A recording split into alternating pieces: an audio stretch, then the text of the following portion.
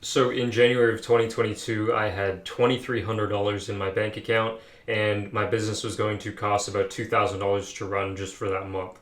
It was do or die for my business. I had to make money ASAP. I had no other option. One thing I knew I could do that I had the resources and skills for was writing a cold email. So I had one task given my skills and resources that I had at the time, which was to write a cold email that would save my business now. So the cold email script writing process that I'm about to show you literally saved my business. The next month in my business, I did 14K.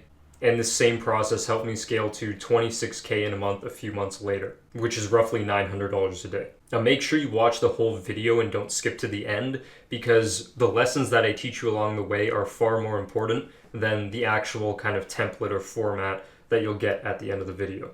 This is not a sales video. So there are a few elements that go into writing a cold email, and the first one is really the subject line.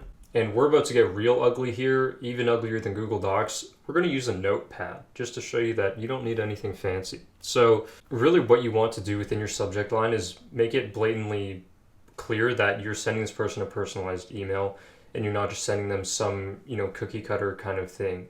If you put their name in the headline then or the subject line, then that suggests to them that, this email is meant for them as opposed to being meant for 100 different people. Now, don't just include their name just to include their name. There's a right way and a wrong way to use their name in a cold email subject line. So what's really important is that you don't just, make it look all unnatural and weird and like it's a cold email. Because if it screams cold email, all these people with SMMA getting more and more popular, all these business owners are getting 1,000 cold emails every single day.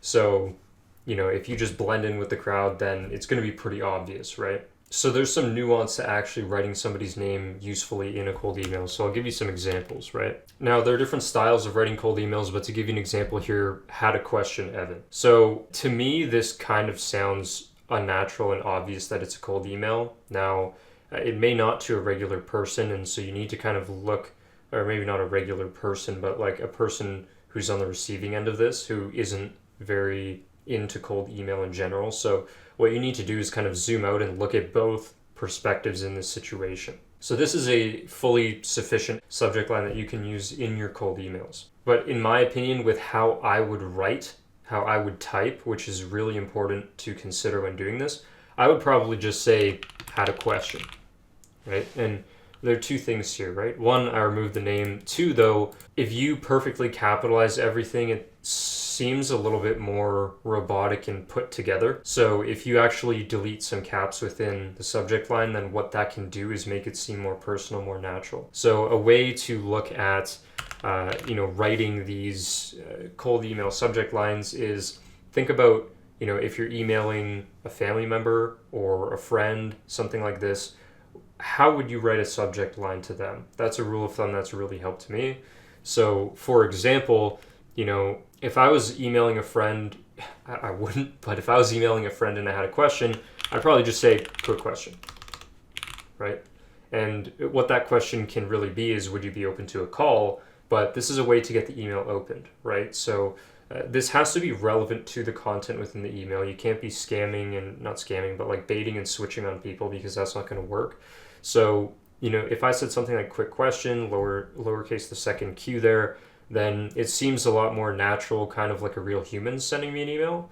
And this is where you can get those 30, 40, 50, 60% open rates as opposed to, 30 is not very high, but 40, 50, 60, even 70% open rates as opposed to your typical 15, 20% kind of open rates, right? If you say something, massive mistake is like,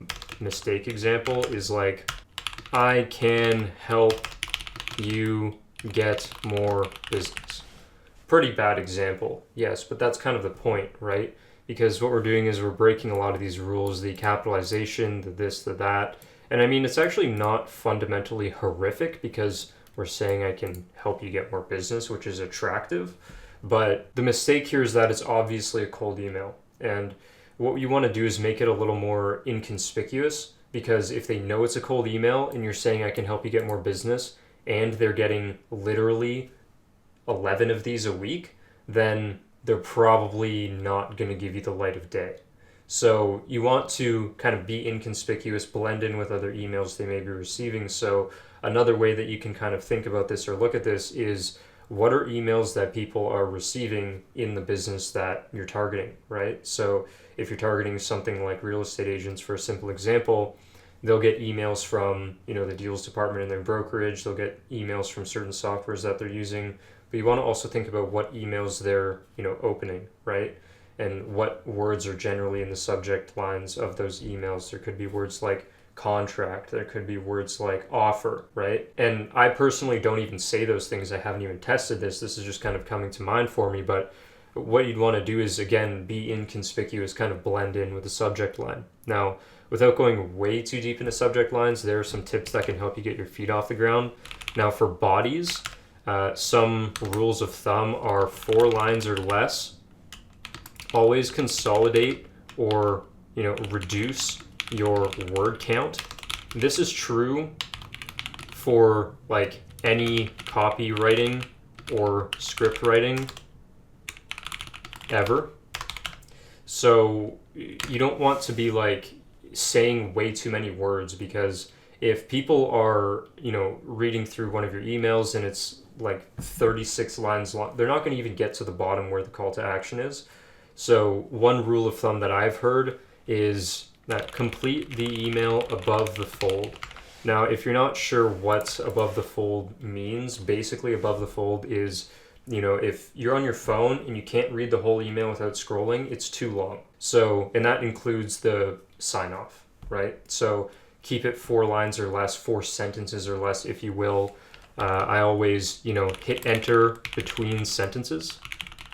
So, it's going to be 4 lines, 4 sentences basically. Unless one sentence is 3 words, then you can have 2 sentences together. And you don't want these to be run-on sentences. Again, super brief, straight to the point.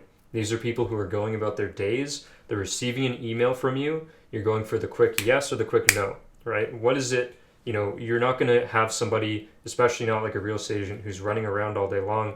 They're not going to be stopping to read your 2-paragraph long cold email to get to your call to action. It's, who are you? How can you help me? Am I interested? Basically. So, and on top of that, how are you even different, right? Because they're getting a million of these things, And then obviously you'll give a call to action at the end, right? If you're not giving a call to action, there's no point of a cold email.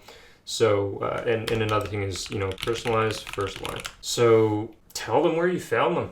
Where did you find the person? I found you here, and here's why I thought you'd be a good fit. Here's what I can do. Want to have a 5 to 7 minute call? Evan.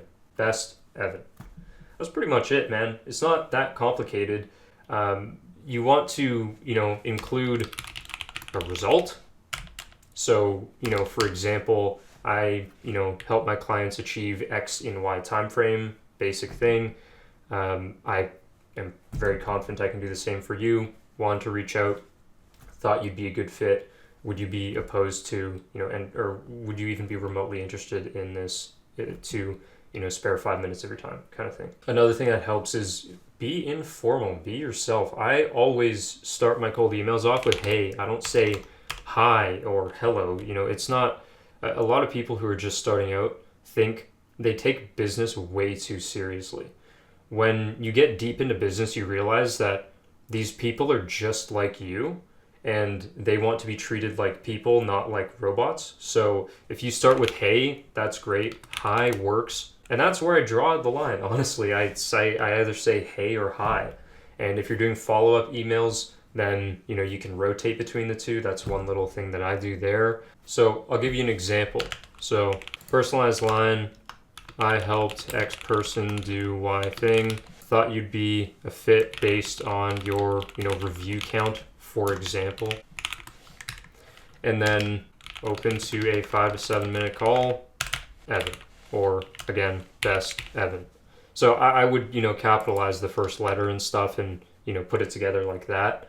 I would even sometimes say min instead of minute. You can keep it informal like that sometimes. It's all about testing and finding what works best for you and how you want to come across, right? If you want to come across super, strict and tight and this kind of thing and, everything has to be perfect, sure.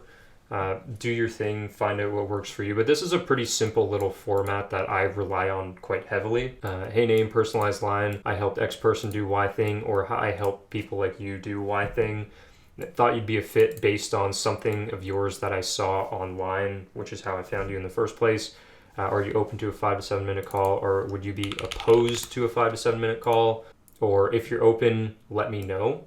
And if they say yes or sure, a lot of people will have their phone number in their footer for their cold email, or you already have their phone number.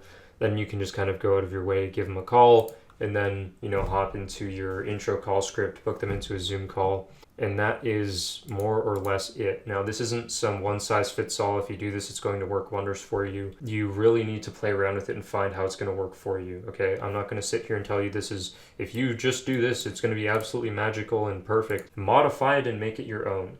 Learn how to use this format first and get decent results. Get leads coming in, book yourself appointments, understand that this works for you, and then go, okay, maybe I can improve this.